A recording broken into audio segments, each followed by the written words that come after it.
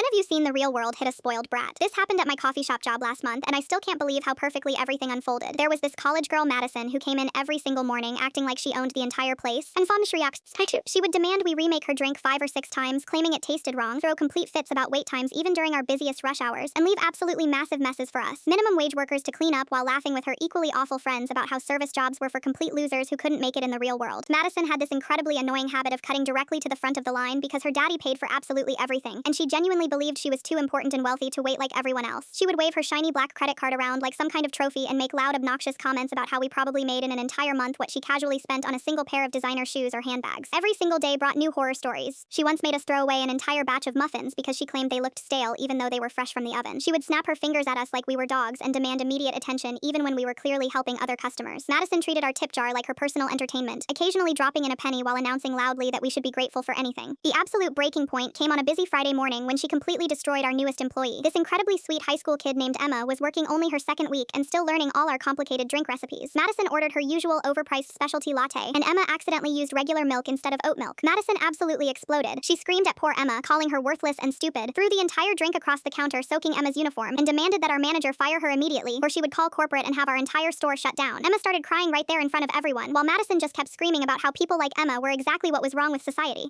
What Madison had no idea about was that this quiet middle-aged guy in his expensive business suit had been sitting in the same corner booth every morning for the past 3 weeks. He always ordered black coffee, worked quietly on his laptop, and never caused any trouble. Most of us assumed he was just another business traveler staying at the hotel next door. But today, something was different. He finally stood up very slowly, closed his laptop with a sharp click, and walked directly over to our counter where Madison was still screaming. She immediately whirled around and started yelling at him to mind his own business and stop staring. She threatened to have her powerful father sue him for harassment and made several comments about how he probably couldn't even afford to shop here. The man just smiled this cold, calculating smile and reached into his jacket pocket. He pulled out a thick business card and handed it directly to Madison with completely steady hands. His voice was quiet, but everyone in the packed coffee shop could hear every single word. "Tell your father, David, that his business partner Robert called. I think we need to have a very serious discussion about your trust fund and your behavior around town." Madison's face went from bright red with anger to completely white with terror in about 2 seconds. Her hands started shaking as she read the business card, and suddenly she couldn't form complete sentences. She kept stammering about how this was all a misunderstanding and how she was actually a really good person who just had bad mornings sometimes. Robert wasn't finished though. He turned to address our entire staff and said loudly enough for every customer to hear, "This young woman's father has been receiving complaints about her behavior from multiple businesses around town for months. He asked me to observe her personally and report back with my findings." Madison tried to run, but Robert continued, "I've watched her abuse workers, waste food, cut in lines, and treat people like garbage for weeks now. Her father will be very interested to hear about today's performance." By the following Monday, Madison's credit cards had been completely canceled. Her father made her get a job at the fast food place across town to learn respect and responsibility.